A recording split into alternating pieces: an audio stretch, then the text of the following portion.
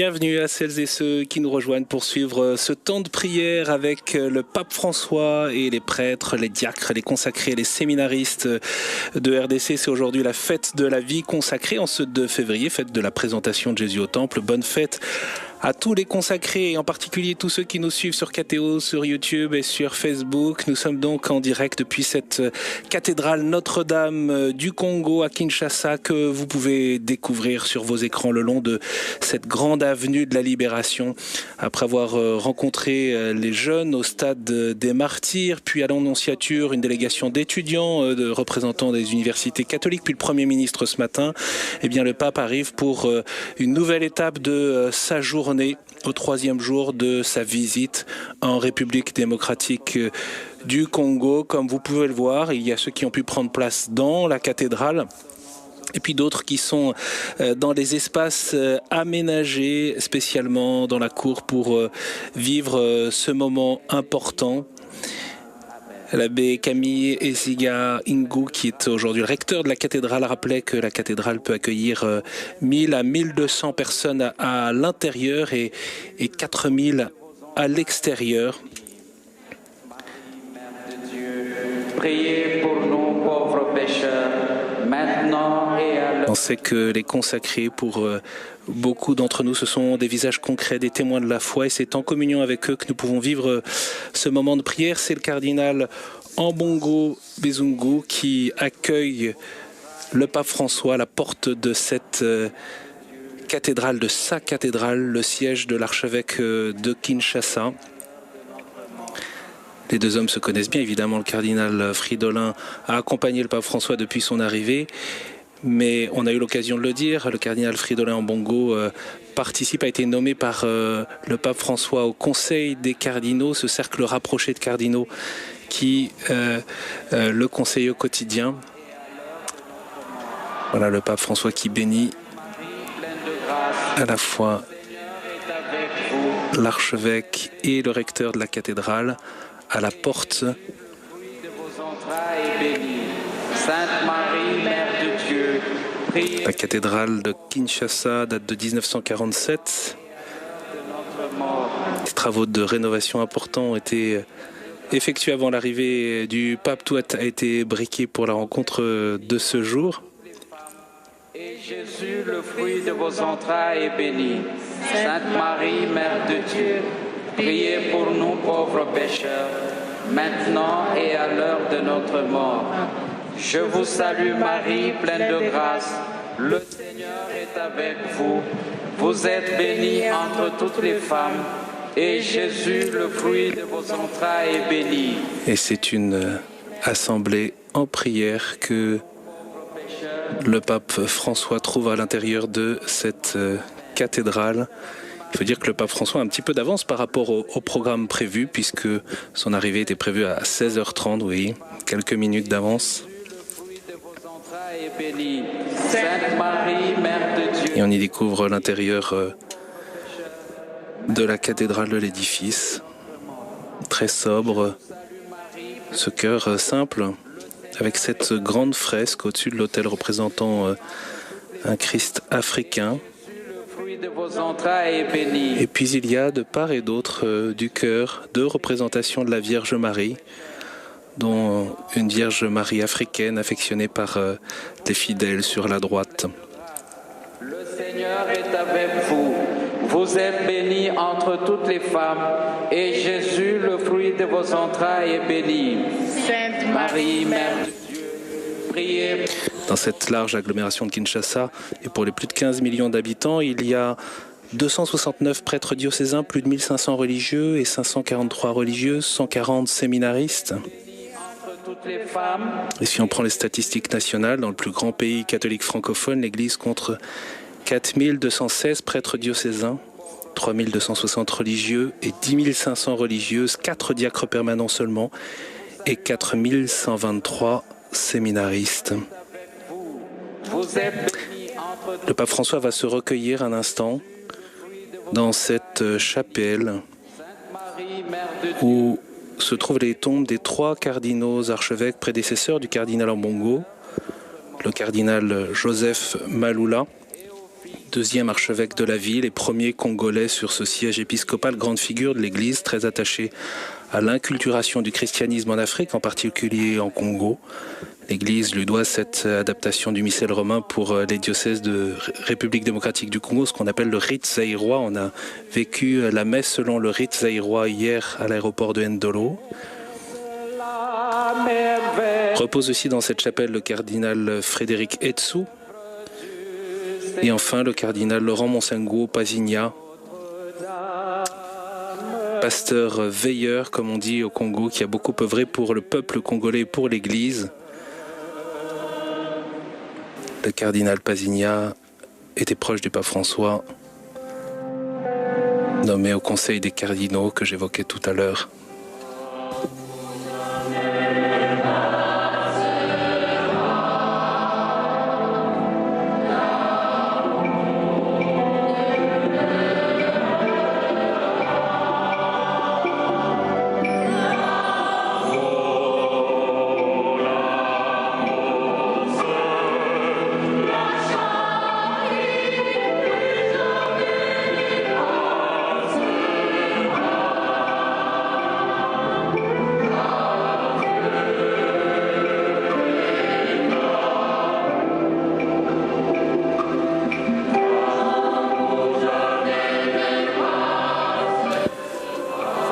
François s'est donc recueilli devant le Saint-Sacrement. J'évoquais la figure du cardinal Laurent Monsengo Pazinha. Il est mort en juillet 2021.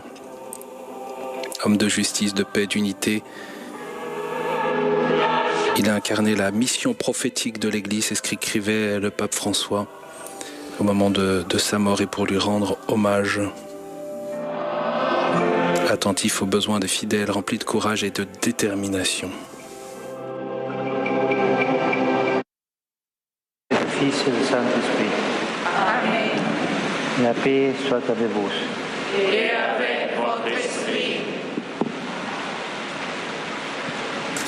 Et c'est le cardinal Fridolin Ambongo qui accueille le pape François.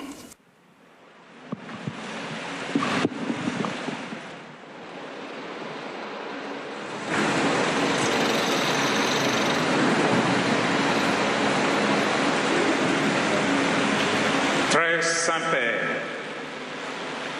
c'est pour moi un honneur et une joie immense d'accueillir votre sainteté dans cette église et cathédrale Notre-Dame du Congo.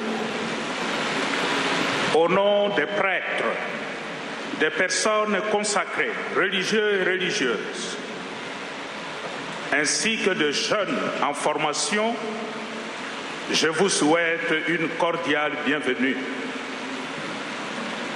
Très Saint-Père, votre visite, longtemps attendue, nous apporte réconfort et consolation dans notre donation totale à Dieu. Aussi, je profite de cette occasion pour remercier au nom de l'Église tous les prêtres, les religieux et religieuses pour l'œuvre d'évangélisation qu'ils accomplissent dans notre pays, dans des conditions souvent difficiles et parfois au péril de leur vie. Très Saint-Père, votre venue en République démocratique du Congo nous redonne des raisons d'espérer et de nous projeter dans l'avenir avec plus de détermination et de dévouement. Très Saint-Père, vivre l'engagement sacerdotal et religieux dans le Congo d'aujourd'hui comporte d'énormes défis. Cependant, je reste convaincu que l'attachement sans faille au Seigneur, la fidélité aux valeurs évangéliques, ainsi que la joie de servir et d'accompagner le peuple de Dieu dans sa quête de plus de dignité sont les gages d'une vie sacerdotale et religieuse authentique et vraie, joyeuse et épanouie. Voilà pourquoi j'ai béni le Seigneur pour la floraison de vocations sacerdotales et religieuses dans notre pays. Et maintenant, très Saint-Père, vos fils et vos filles ici présents sont disposés à écouter avec joie votre parole de pasteur universel. Je vous remercie.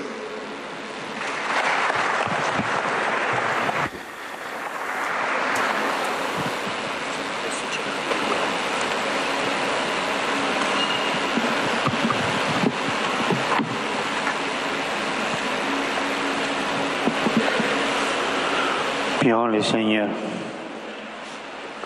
Dieu éternel et tout-puissant, Dieu de majesté, nous t'adressons cette prière, puisque ton Fils unique, ayant pris notre chair, fut un séjour présenté dans le temple.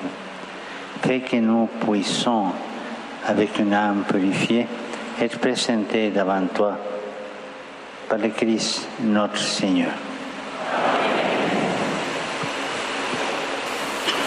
Nous allons maintenant entendre 3 témoignages et le premier à s'exprimer, c'est l'abbé Léonard Santedi.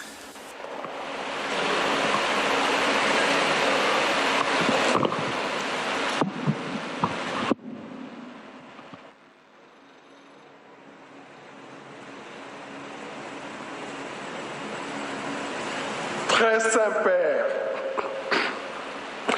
nous, prêtres diocésains, rendons grâce à Dieu pour la visite apostolique de votre sainteté à l'Église Famille des Dieux qui est en République démocratique du Congo.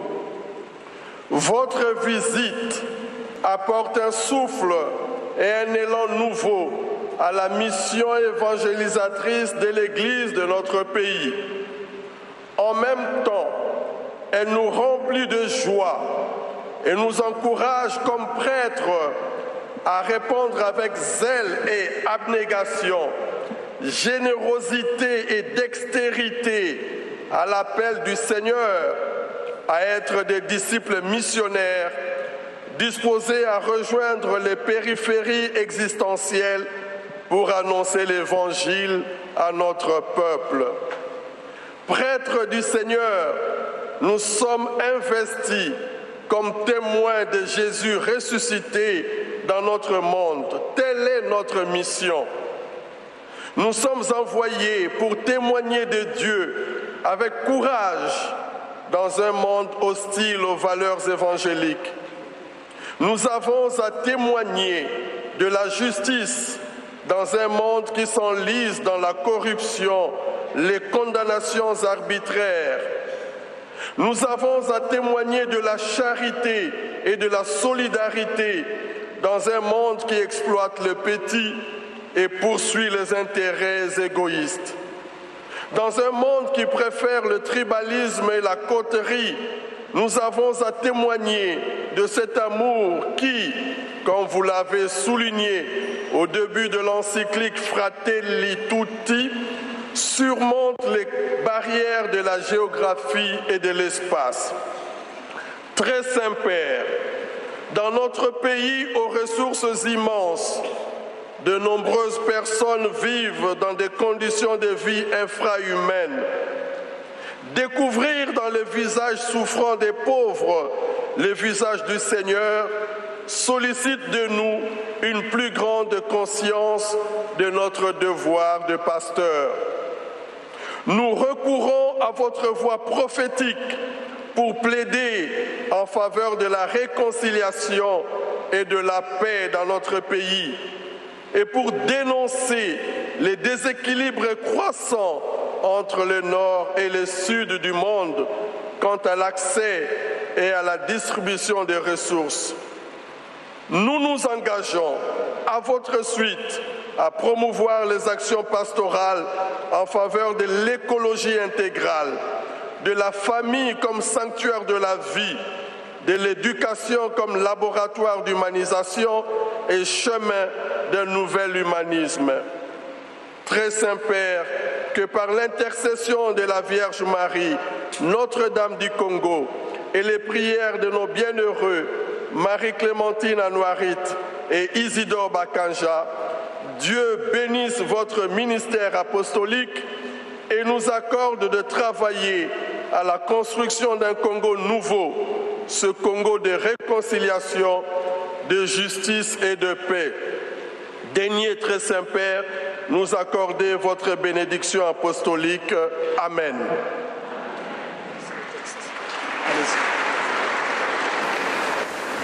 Voilà le témoignage de l'abbé Léonard Santedi, qui est recteur de l'Université catholique du Congo à Kinshasa. Et c'est maintenant sœur Alice Sala qui prend la parole de la congrégation de Santo Domingo. Votre sainteté, nous consacrés de la République démocratique du Congo, hommes et femmes, membres de plus de 300 instituts de vie consacrés et des sociétés de vie apostolique, ainsi que d'autres formes de vie consacrées, y compris les communautés nouvelles, sommes heureux de vous accueillir sur la terre de nos ancêtres, la République démocratique du Congo. Très Saint-Père, votre visite nous fait penser à la parabole du bon Samaritain que vous avez si bien commentée dans Fratelli Tutti.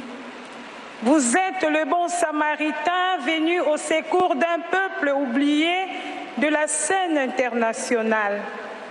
Certains viennent chez nous pour piller nos richesses et nous laisser à demi-morts sur le chemin. En vous remerciant du bel exemple de fraternité et de synodalité dont vous faites preuve, nous vous demandons de nous conduire à l'auberge du Seigneur afin qu'il puisse guérir les blessures que vous êtes venus panser. Le Congo étant une terre de martyrs, de tueries et de guerres entretenues et financées d'ailleurs, nous vous prions d'être notre porte-parole sur la scène du monde afin que le sort du peuple puisse primer par-delà l'intérêt de nos richesses naturelles.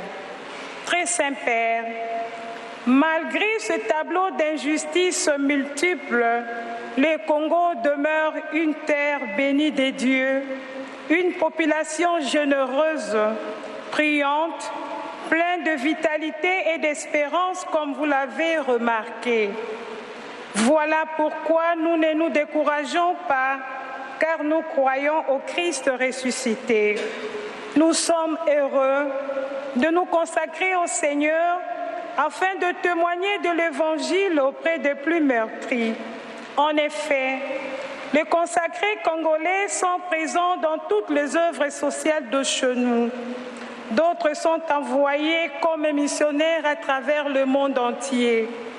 Nous sommes disponibles à aller partout où l'Église nous voudra, jusqu'aux périphéries de notre monde. Très Saint-Père, nous reconnaissons faibles et pécheurs, nous demandons votre prière et votre bénédiction afin que nous demeurions fidèles à notre vocation prophétique et que nous devenions davantage de témoins du pardon, de la réconciliation et de la communion fraternelle, en commençant par nos propres communautés. Très Saint-Père, nous vous assurons aussi de nos prières, répondant ainsi à votre appel, car vous nous demandez toujours de prier pour vous. Viva il Papa!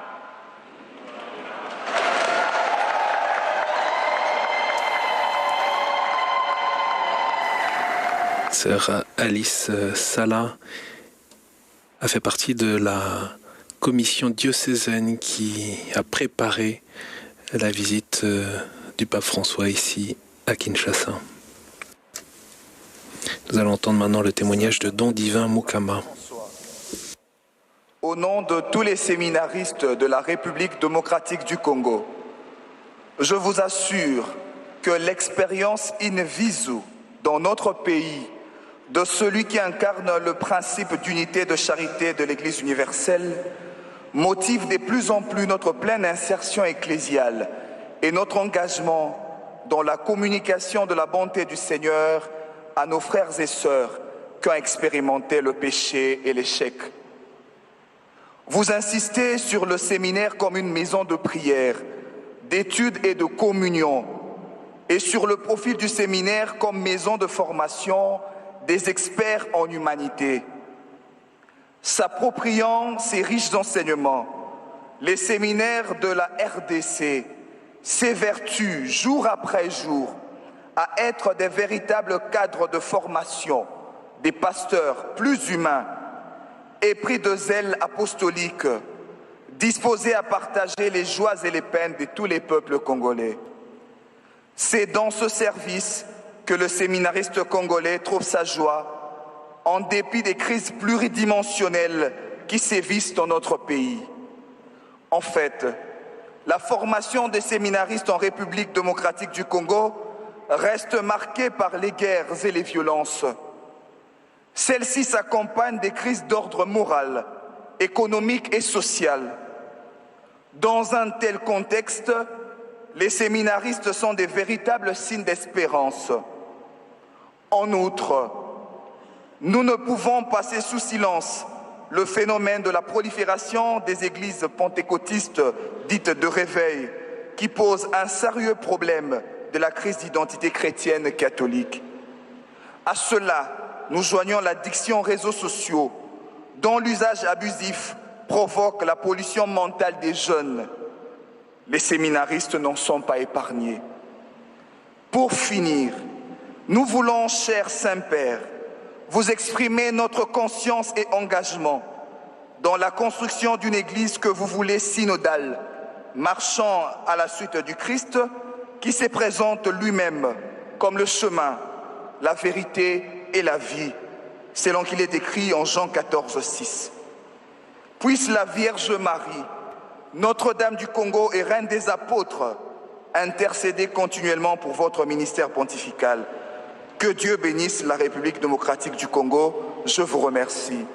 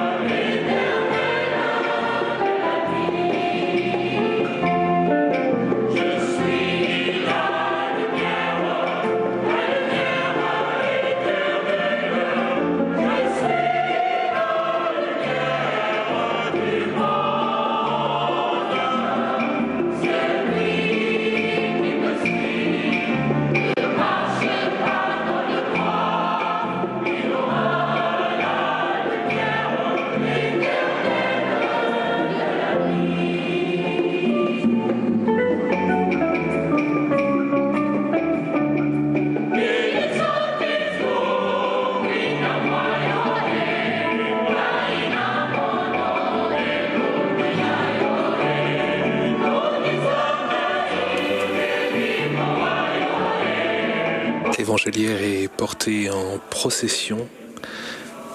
Nous allons pouvoir entendre la lecture de l'Évangile, à la suite de quoi le pape François partagera à tous les consacrés qui sont réunis dans cette cathédrale Notre-Dame du Congo sa méditation.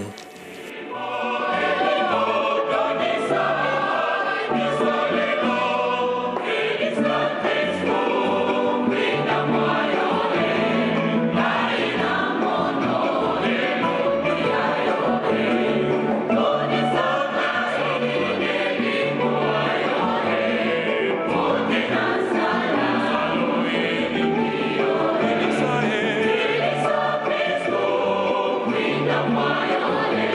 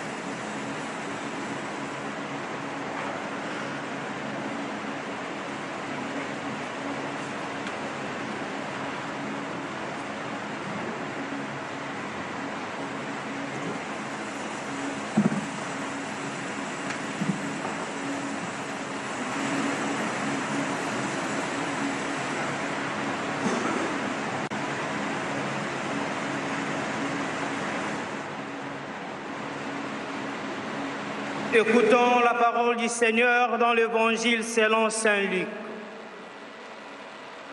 Quand fut accompli le temps prescrit par la loi de Moïse pour la purification, les parents de Jésus l'amenèrent à Jérusalem pour le présenter au Seigneur, selon ce qui est écrit dans la loi. Tout premier-né de sexe masculin sera consacré au Seigneur.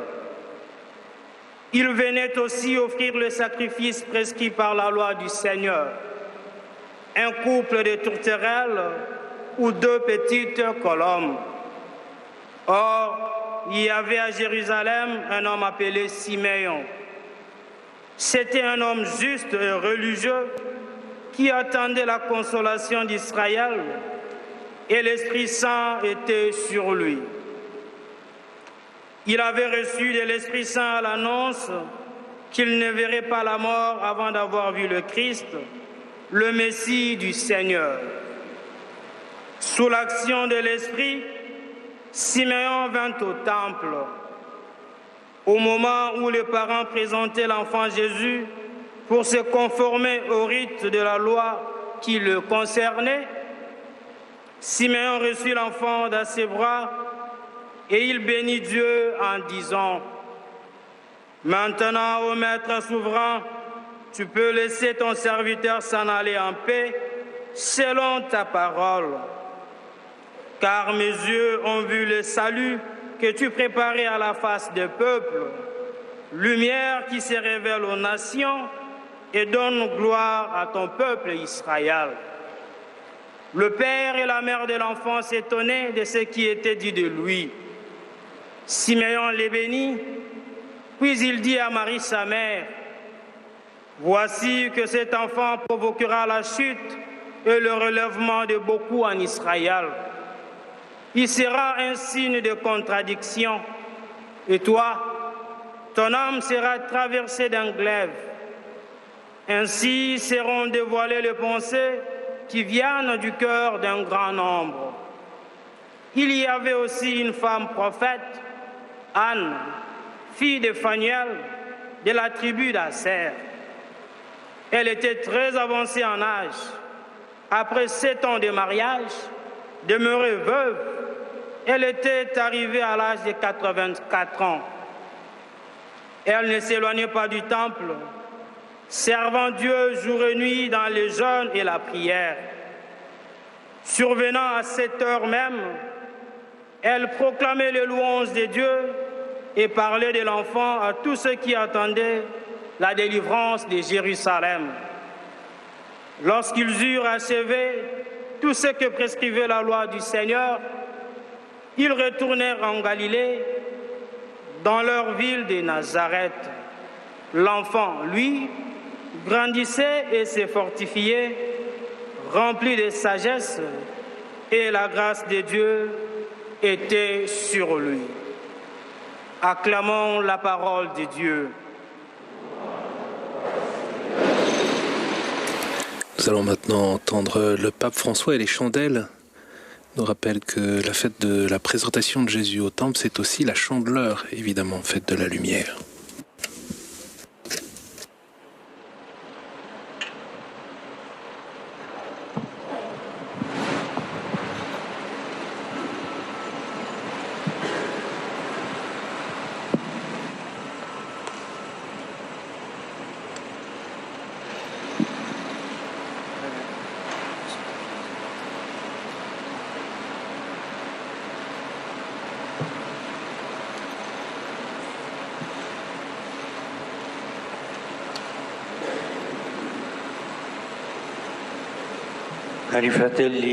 Chers frères prêtres, diacres et séminaristes, chers consacrés, bonsoir et bonne fête. Je suis heureux de me trouver avec vous en ce jour précis, présentation du Seigneur, le jour où nous prions spécialement pour la vie consacrée. Tous, comme Siméon, nous attendons la lumière du Seigneur pour qu'elle éclaire les ténèbres de notre vie. Plus encore, nous désirons tous vivre la même expérience qu'il a faite dans le temple de Jérusalem. Tenir Jésus dans ses bras. Le tenir dans les bras de manière à l'avoir devant les yeux et sur le cœur. En mettant Jésus au centre, le regard sur la vie change. Et malgré les souffrances et les peines intérieures, nous nous sentons enveloppés de sa lumière, consolés par son esprit, encouragés par sa parole, soutenus par son amour. Je dis cela en pensant aux mots de bienvenue prononcés par le cardinal Ambongo, que je remercie. Il a parlé d'énormes défis à affronter pour vivre l'engagement sacerdotal et religieux en cette terre marquée par des conditions difficiles et parfois dangereuses. Terre où il y a tant de souffrances. Pourtant, comme il le rappelait, il y a aussi beaucoup de joie dans le service de l'Évangile et les vocations au sacerdoce et à la vie consacrée sont nombreuses.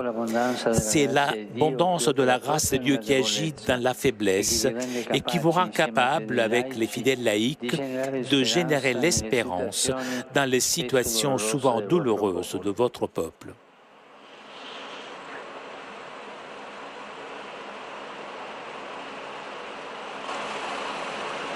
Chers frères et sœurs, prêtres, diacres et séminaristes, chers consacrés, bonsoir et bonne fête. Je suis heureux de me trouver avec vous en ce jour précis, présentation du Seigneur, le jour où nous prions spécialement pour la vie consacrée. Tous, comme Siméon, nous attendons la lumière du Seigneur pour qu'elle éclaire les ténèbres de notre vie. Plus encore, nous désirons tous vivre la même expérience qu'il a faite dans le temple de Jérusalem. Tenir Jésus dans ses bras, le tenir dans les bras de manière à l'avoir devant les yeux et sur le cœur. En mettant Jésus au centre, le regard sur la vie change et malgré les souffrances et les peines intérieures, nous nous sentons enveloppés de sa lumière, consolé par son esprit, encouragé par sa parole, soutenu par son amour. Je dis cela en pensant aux mots de bienvenue prononcés par le cardinal Ambongo, que je remercie. Il a parlé d'énormes défis à affronter pour vivre l'engagement sacerdotal et religieux en cette terre marquée par des conditions difficiles et parfois dangereuses, par tant de souffrances. Pourtant, comme il le rappelait, il y a aussi beaucoup de joie dans le service de l'Évangile et les vocations au sacerdoce et à la vie consacrée sont nombreuses. C'est l'abondance de la grâce de Dieu qui agit dans la faiblesse et qui vous rend capable, avec les fidèles laïcs, de générer l'espérance dans les situations souvent douloureuses de votre peuple. La certezza che ci accompagna anche nelle difficoltà è data dalla fedeltà di Dio. Egli, mediante il profeta Isaia, dice: aprirò anche nel deserto una strada, immetterò i fiumi nella steppa. Ho pensato di proporvi alcune riflessioni proprio a partire da queste parole di Isaia. Dio apre strade nei nostri deserti e noi, ministri ordinati e persone consacrate, siamo chiamati ad essere segno di questa promessa e a realizzarla nella storia del popolo santo di Dio. Ma concretamente a che cosa siamo chiamati? A servire il popolo come testimoni dell'amore di Dio. Isaia ci aiuta a capire come. Per bocca del profeta il Signore raggiunge il suo popolo in un momento drammatico, mentre gli israeliti sono stati deportati a Babilonia e ridotti in schiavitù. Mosso a compassione, Dio vuole consolarli. Questa parte del libro di Isaia infatti è conosciuta come libro della consolazione, perché il Signore rivolge al suo popolo parole di speranza e promesse di salvezza. e per prima cosa ricorda il legame di amore che lo lega al suo popolo. Non temere, perché io ti ho riscattato, ti ho chiamato per nome, tu mi appartieni. Se dovrai attraversare le acque sarò con te, i fiumi non ti sommergeranno. Se dovrai passare in mezzo al fuoco non ti scotterai, la fiamma non ti potrà bruciare. Così il Signore si rivela come Dio della compassione. Li assicura di non lasciarsi mai soli, di essere sempre al nostro fianco, rifugio della nostra forza e forza nelle difficoltà. Dio è Dio compassionevole. Le tre nomi di Dio, le tre tratti di Dio sono misericordia, compassione e tenerezza. Perché tutte queste fanno la vicinanza di Dio, un Dio vicino, compassionevole e tenero. La certitude qui nous accompagne aussi dans les difficultés est donnée par la fidélité de Dieu qui dit, par le prophète Isaïe, « Je ferai passer un chemin dans le désert, des fleuves dans les lieux arides. » J'ai pensé vous proposer quelques réflexions à partir de ces paroles d'Isaïe. Dieu ouvre des chemins dans nos déserts et nous, ministres ordonnés, personnes consacrées, nous sommes appelés à être le signe de cette promesse et à la réaliser dans l'histoire du peuple saint de Dieu. Mais concrètement, à quoi sommes-nous appelés? À servir le peuple comme témoin de l'amour de Dieu. Isaïe nous aide à comprendre comment.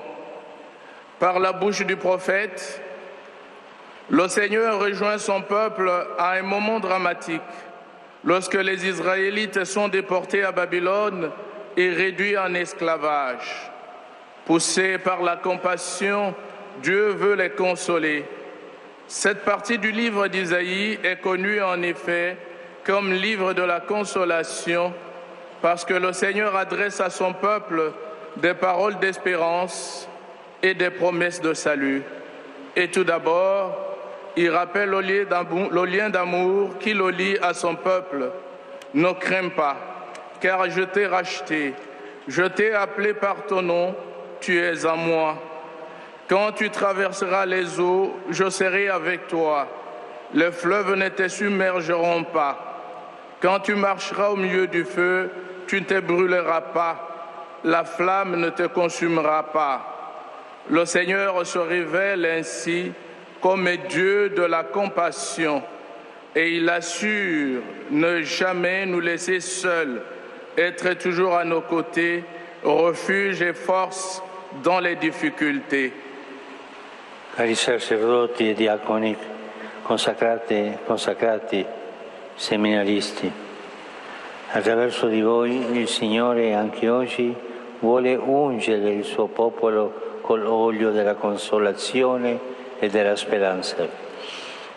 E voi siete chiamati a farvi eco di questa promessa di Dio, a ricordare che Egli ci ha plasmati e apparteniamo a Lui, a incoraggiare il cammino della comunità e accompagnarla nella fede incontro a colui che già cammina accanto a noi.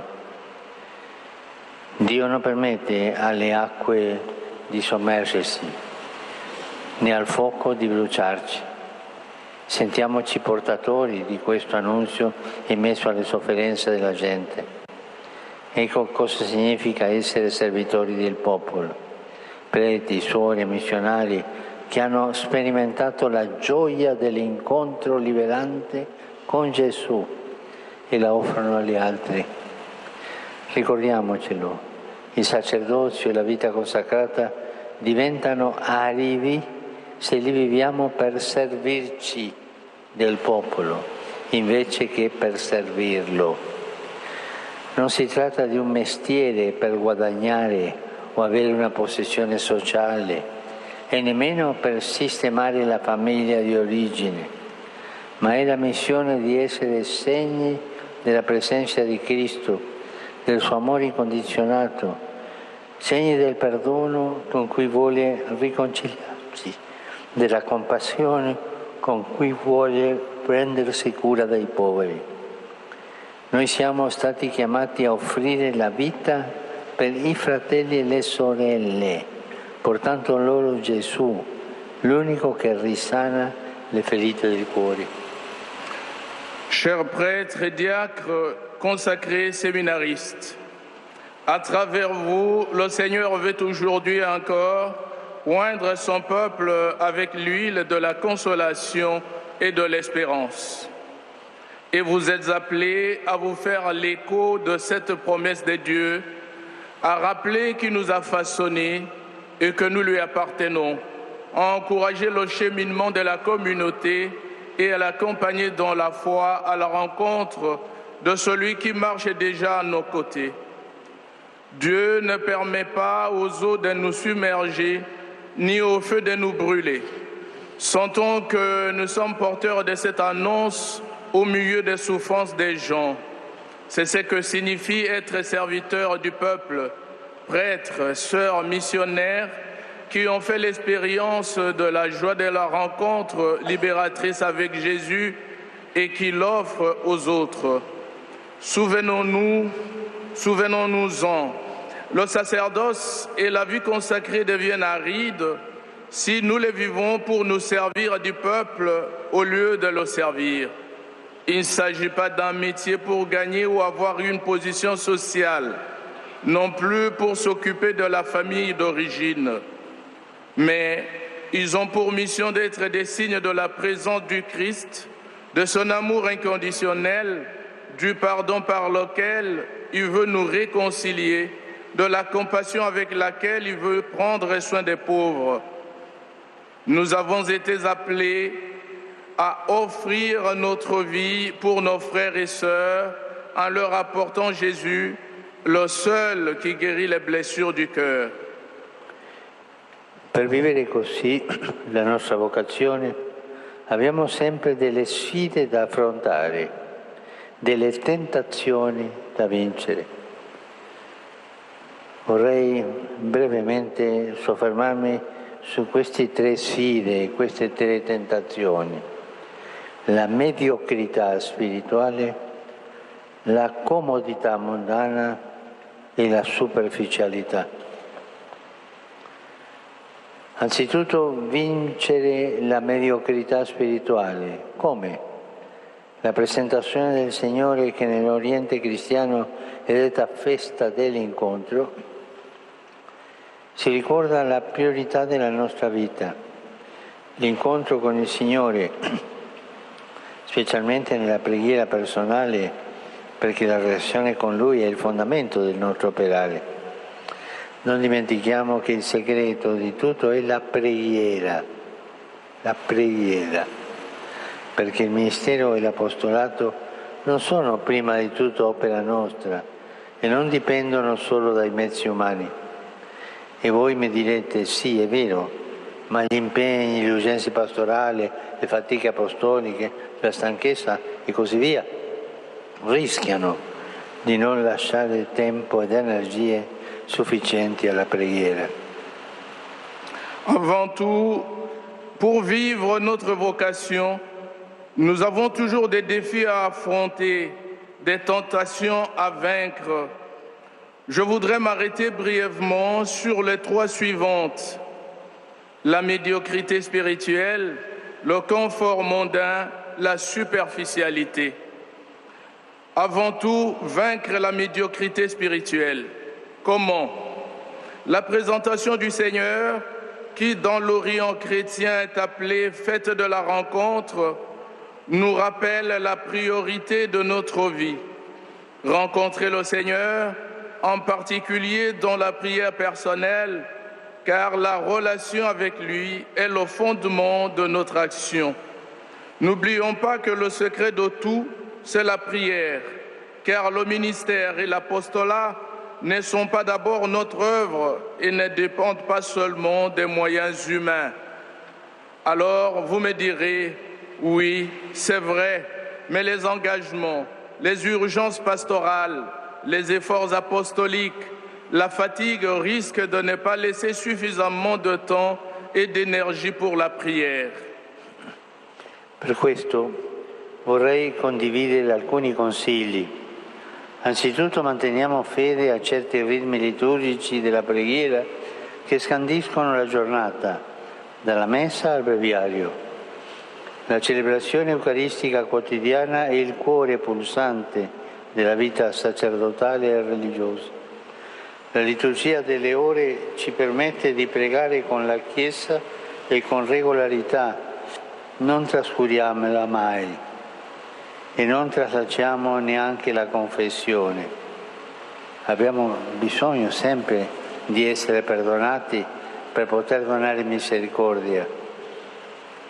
Un altro consiglio, come sappiamo, non possiamo limitarci alla recita rituale delle preghiere, ma occorre riservare ogni giorno un tempo intenso di preghiera per stare cuore a cuore col Signore, un momento prolungato di adorazione, di meditazione della parola, poi il Santo Rosario, un incontro intimo con colui che amiamo sopra ogni cosa. Inoltre, quando siamo in piena attività, possiamo anche ricorrere alla preghiera del cuore, a brevi giaculatorie, sono un tesoro, le giaculatorie, parole di lode, di ringraziamento, di invocazione da ripetere al Signore ovunque ci troviamo. La preghiera ci decentra, ci apre a Dio, ci rimette in piedi perché ci pone nelle sue mani. Essa crea in noi lo spazio per sperimentare la vicinanza di Dio, perché la sua parola diventi familiare a noi e attraverso di noi a quanti incontriamo. Senza preghiera non si va lontano, Senza preghiera non si va lontano. Infine, per superare la mediocrità spirituale, non stanchiamoci mai di invocare la Madonna, è nostra madre, e di imparare da lei a contemplare e seguire Gesù. C'est pourquoi je voudrais partager quelques conseils. Avant tout, tenons à certains rythmes liturgiques de la prière qui cadencent la journée, de la messe au bréviaire. La célébration eucharistique quotidienne est le cœur battant de la vie sacerdotale et religieuse. La liturgie des heures nous permet de prier avec l'Église et avec régularité.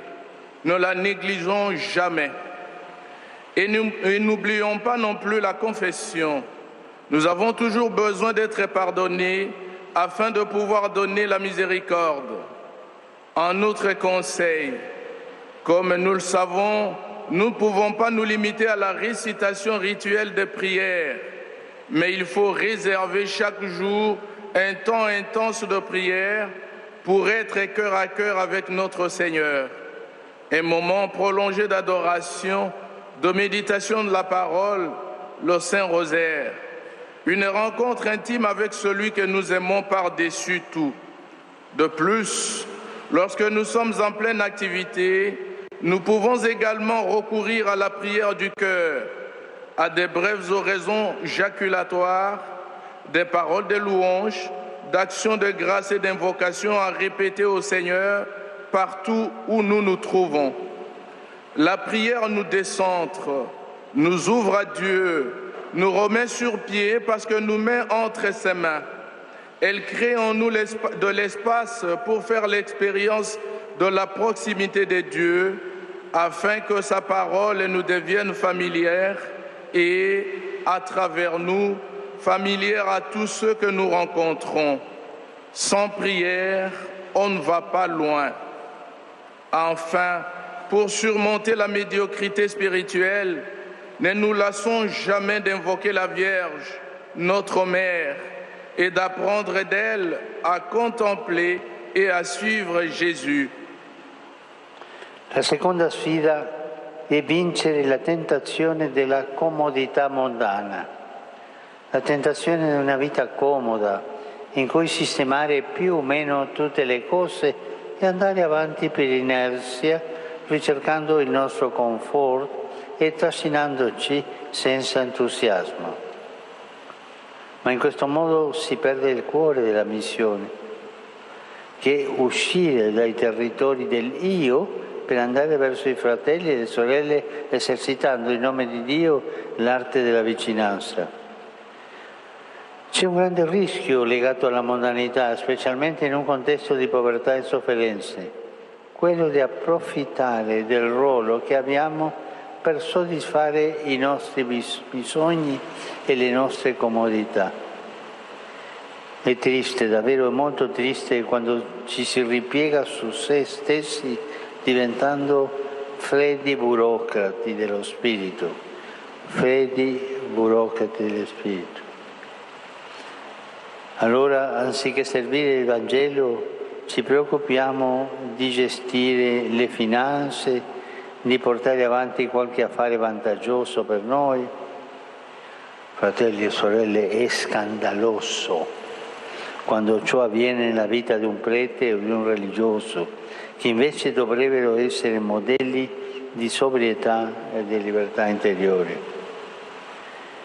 Che bello invece mantenersi limpidi nelle intenzioni e affrancati da compromessi col denaro, abbracciando con gioia la povertà evangelica e lavorando accanto ai poveri. E che bello essere luminosi nel vivere il celibato come segno di disponibilità completa al regno di Dio. Non accada invece che in noi si trovino bien piantati quei vizi che vorremmo sradicare negli altri e nella società. Per favore, vigiliamo sulla comodità mondana. Le deuxième défi est celui de vaincre la tentation du confort mondain, d'une vie confortable dans laquelle on règle plus ou moins toutes les choses en avançant par inertie, recherchant notre réconfort et en nous traînant sans enthousiasme. Mais on perd de cette façon le cœur de la mission, qui est de sortir des territoires du moi pour aller vers les frères et les sœurs en exerçant au nom de Dieu l'art de la proximité.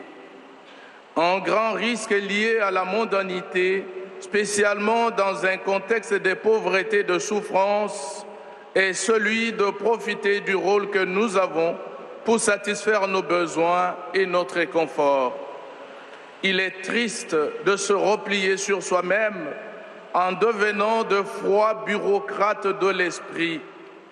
Alors, au lieu de servir l'Évangile, nous nous soucions de gérer les finances et de mener à bien quelque affaire avantageuse pour nous.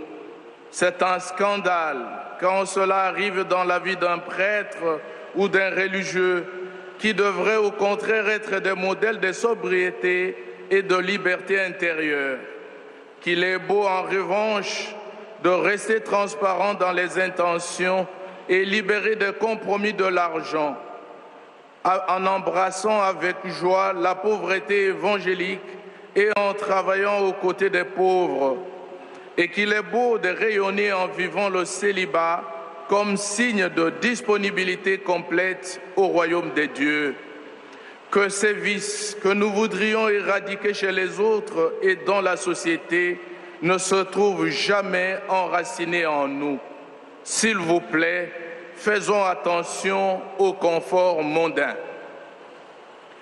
Infine, la terza sfida è vincere la tentazione della superficialità.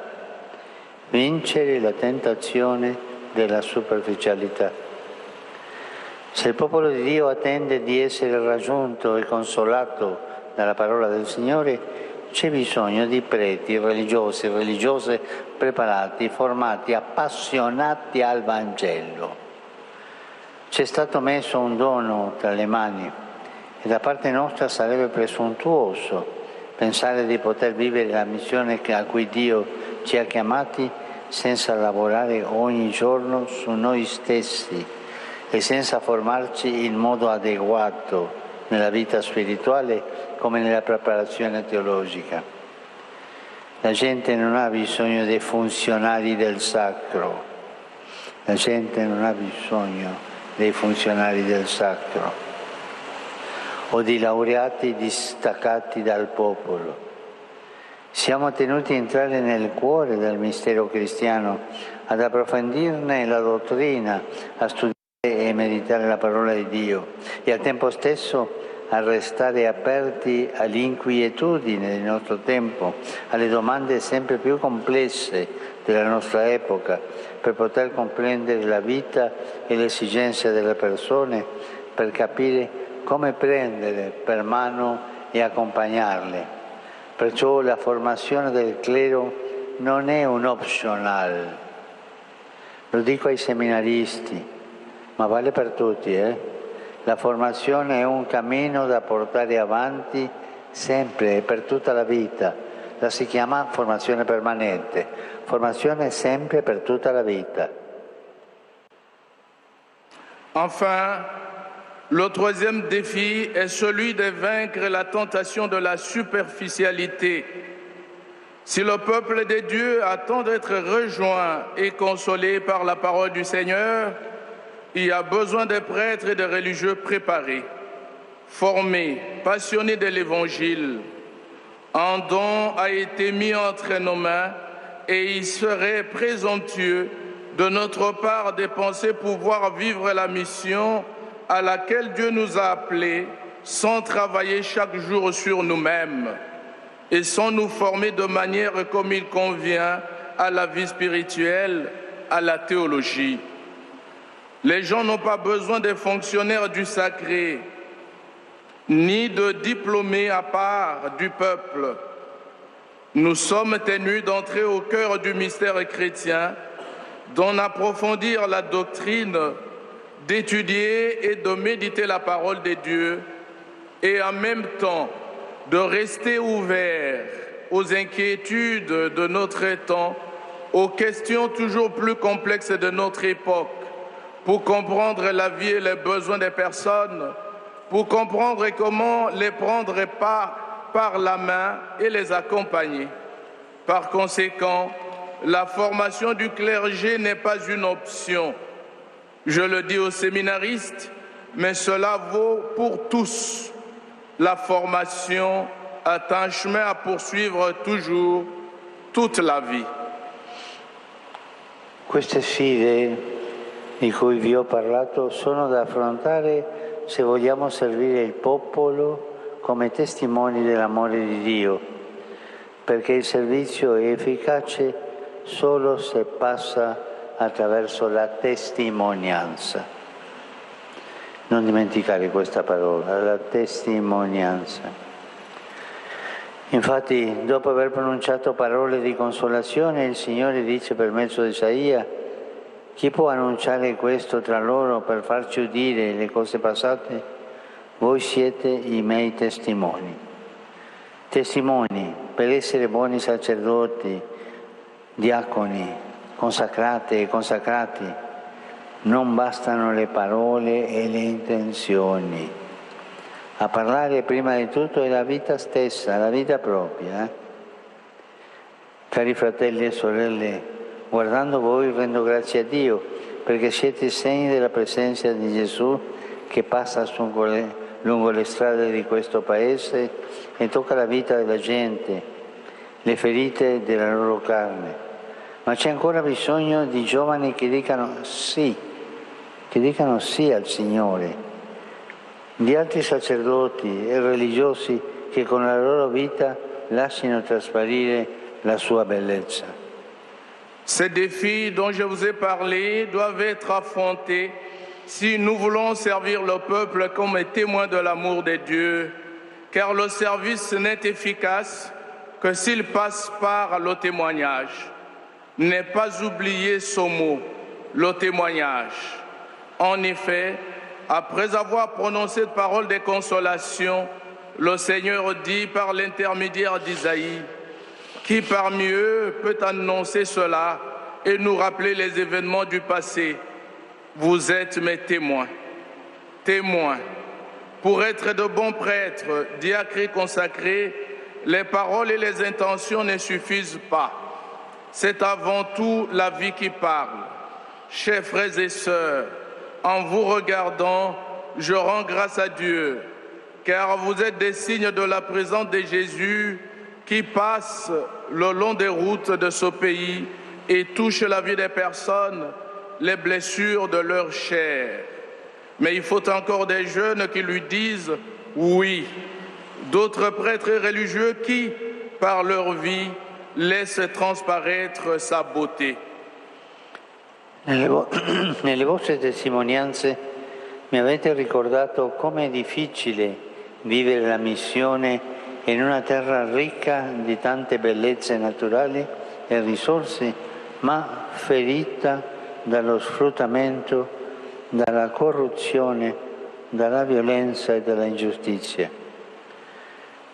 Però avete anche parlato della parabola del buon samaritano. È Gesù che passa lungo le nostre strade, e specialmente attraverso la sua Chiesa. Si ferma e si prende cura delle ferite degli oppressi. Carissimi, il ministero a cui siete chiamati è proprio questo: offrire vicinanza e consolazione come una luce sempre accesa in mezzo a tanta oscurità. Impariamo del Signore che è vicino sempre. E per essere fratelli e sorelle di tutti, siatelo anzitutto tra di voi, testimoni di fraternità, mai in guerra, testimoni di pace, imparando a superare anche gli aspetti particolari delle culture e delle provenienze etniche, perché, come affermò Benedetto XVI, rivolgendosi ai sacerdoti africani, la vostra testimonianza di vita pacifica, al di là delle frontiere tribali et razziali, può toccare i cuori. Dans vos témoignages, vous m'avez rappelé combien il est difficile de vivre la mission sur une terre riche de tant de beauté naturelle et de ressources, mais blessée par l'exploitation, la corruption, la violence et l'injustice.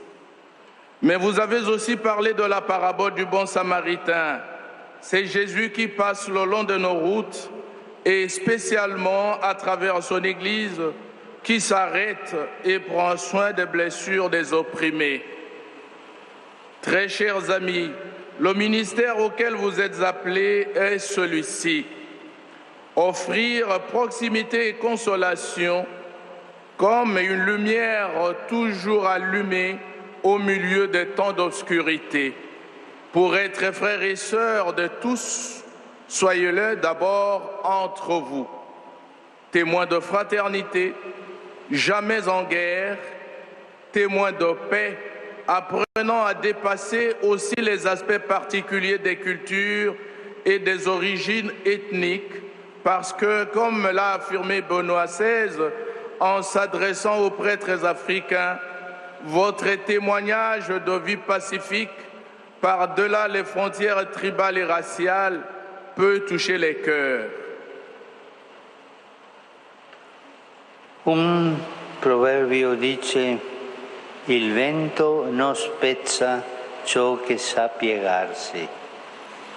La storia di molti popoli di questo continente è stata purtroppo piegata e piagata da ferite e violenze, e perciò, se c'è un desiderio che sale dal cuore, è quello di non doverlo fare più, di non doversi più sottomettere alla prepotenza del più forte, di non dover più sotto il giogo dell'ingiustizia. Ma possiamo accogliere le parole del proverbio principalmente in senso positivo, che non è sinonimo di debolezza, di essere codardo, no, ma è sinonimo di fortezza. Allora significa essere flessibili, superando le rigidità. Significa coltivare un'umanità docile, che non si chiude nell'astio e nel rancore, disponibili a lasciarsi cambiare senza arroccarsi sulle proprie idee e posizioni. Se ci pieghiamo davanti a Dio con umiltà, Egli fa diventare come Lui operatori di misericordia. Ci fa diventare così. Quando restiamo docili nelle mani di Dio, Egli ci plasma e fa di noi delle persone riconciliate, che sanno aprirsi, sanno dialogare, accogliere e perdonare, immettere fiumi di pace nelle aride steppe della violenza. E così, quando soffiano impetuosi venti dei conflitti e delle divisioni, queste persone non possono essere spezzate, perché sono ricolme dell'amore di Dio. Siate anche voi così, docili al Dio della misericordia, mai spezzati dai venti delle divisioni. Un proverbe dit: le vent ne brise pas ce qui sait se plier. L'histoire de beaucoup de peuples de ce continent a été malheureusement courbée et meurtrie par des blessures et des violences. Et donc, si un désir montait du cœur, c'est bien celui de ne plus devoir le faire, ne plus devoir se soumettre à l'autorité du plus fort, ne plus avoir à baisser la tête sous le joug de l'injustice. Mais nous pouvons accueillir les paroles du proverbe et surtout dans un sens positif. Se plier n'est pas toujours synonyme de faiblesse, mais de force. C'est aussi être flexible en surmontant les rigidités. C'est cultiver une humanité docile qui ne se ferme pas dans la haine et la rancœur. C'est être disponible à se laisser changer sans s'accrocher à ses idées et positions. Si nous nous inclinons devant Dieu avec humilité, il nous fait devenir comme lui, deux artisans de miséricorde. Quand nous restons dociles entre les mains de Dieu, il nous façonne et fait de nous des personnes réconciliées qui savent s'ouvrir et dialoguer, accueillir et pardonner, faire écouler des fleuves de paix dans les steppes arides de la violence. Et ainsi, lorsque soufflent impétueusement des vents des conflits et des divisions, ces personnes ne peuvent pas être brisées parce qu'elles sont remplies de l'amour de Dieu. Soyez ainsi, vous aussi, dociles au Dieu de la miséricorde, jamais brisés par les vents de division. Sorelle e fratelli, vi ringrazio di cuore per ciò che siete e ciò che fate. Vi ringrazio per la vostra testimonianza alla Chiesa e al mondo. Non scoraggiatevi, c'è bisogno di voi. Siete preziosi, importanti. Ve lo dico in nome della Chiesa intera. Vi auguro di essere sempre canali della consolazione del Signore e testimoni gioiosi del Vangelo, profezia di pace nelle spirali della violenza, discepoli dell'amore pronti a curare le ferite dei poveri e dei sofferenti. Grazie tante, sorelle e fratelli. Grazie ancora per il vostro servizio, per il vostro zelo pastorale. Vi benedico e vi porto nel cuore. E voi, per favore, non dimenticatevi di pregare per me. Grazie.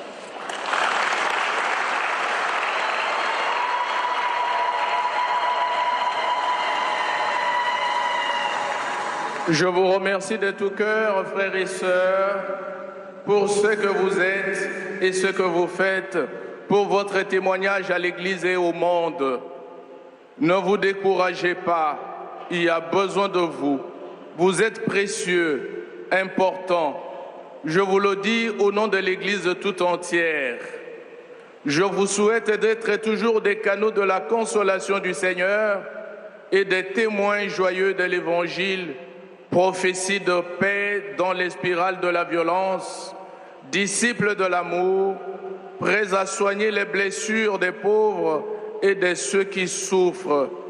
Merci, frères et sœurs, pour votre service et pour votre zèle pastoral. Je vous bénis et je vous porte dans mon cœur. Et vous, s'il vous plaît, priez toujours pour moi.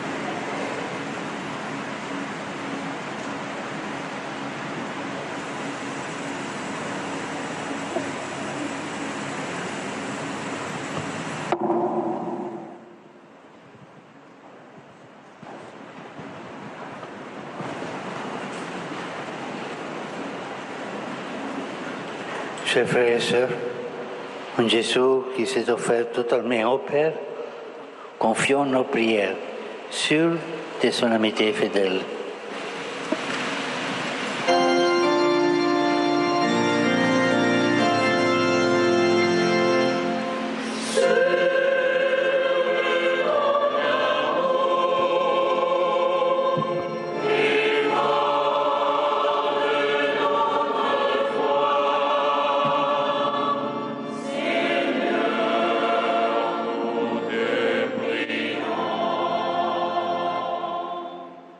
Seigneur Jésus-Christ, grand prêtre miséricordieux, bénis l'œuvre du pape François et des évêques, donne-leur discernement, sagesse et force.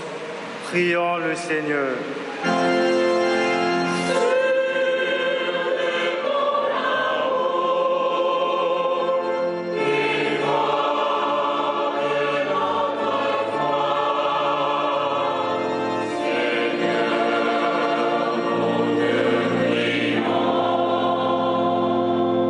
Seigneur Jésus-Christ, accomplissement parfait de toute prophétie, ravive la foi et l'espérance de prêtres, des diacres et des séminaristes.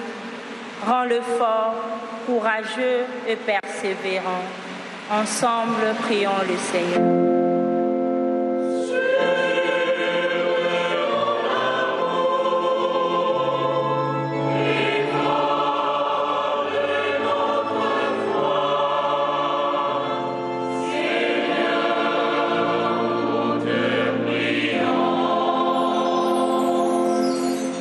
Seigneur Jésus-Christ, lumière des nations, fais resplendir cet été la vie des personnes consacrées, remplis-le de sagesse, d'humilité et de charité. Prions le Seigneur.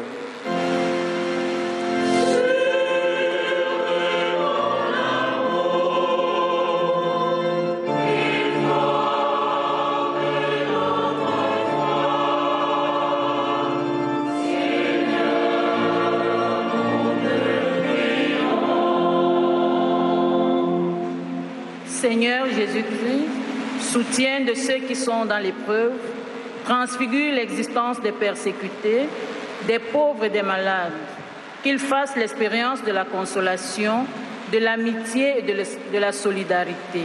Dieu de bonté, nous t'implorons.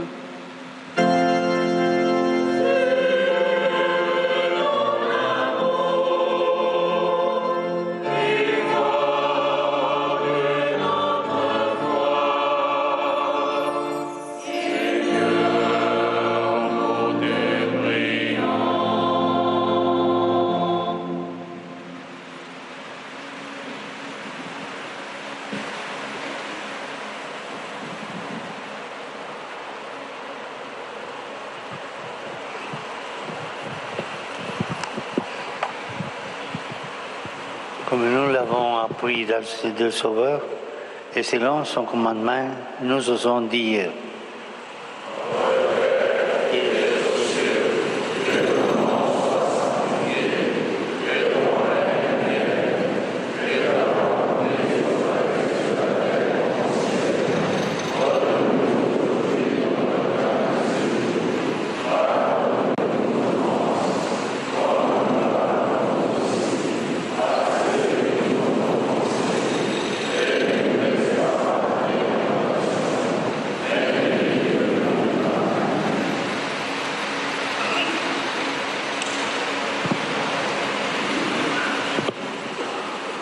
Le Seigneur soit avec vous. Et avec votre esprit. Que le nom du Seigneur soit béni. Maintenant et toujours. Notre secours est dans le nom du Seigneur. Il a fait le ciel et la terre. Que Dieu Tout-Puissant vous bénisse, les Pères, les Fils et les Saint-Esprit. Amen.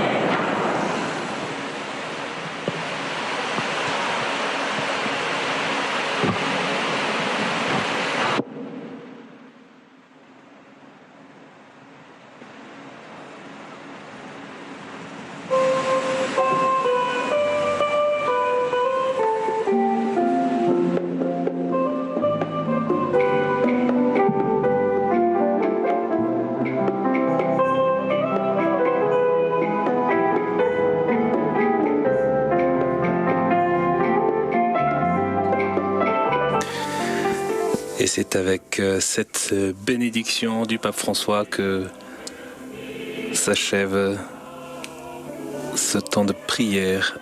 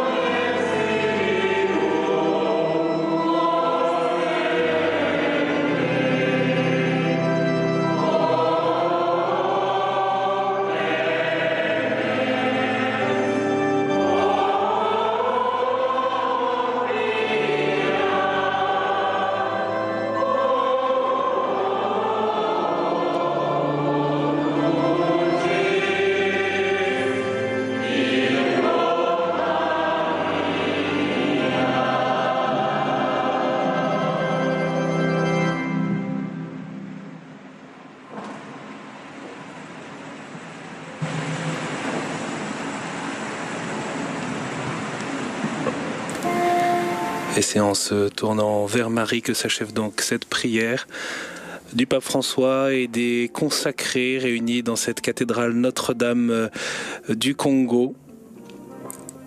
Le pape François salue ceux qui étaient présents dans la cathédrale. Il aura aussi l'occasion dans un instant de saluer ceux qui ont participé à cette rencontre depuis l'extérieur. Vous l'avez entendu, le pape François dans sa méditation a invité à réfléchir à la vocation même des consacrés.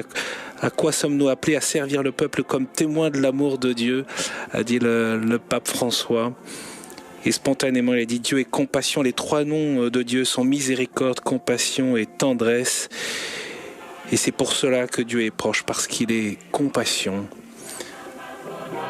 Et alors qu'il a invité à réfléchir à trois défis, la médiocrité spirituelle, le confort mondain et la superficialité, le pape François a insisté en termes de sa prise de parole, son échange, son intervention sur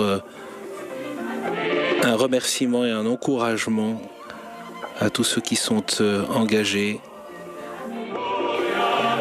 prêtres, religieux, religieuses, tous les consacrés, diacres permanents, également les séminaristes dans leur service, pour être des témoins.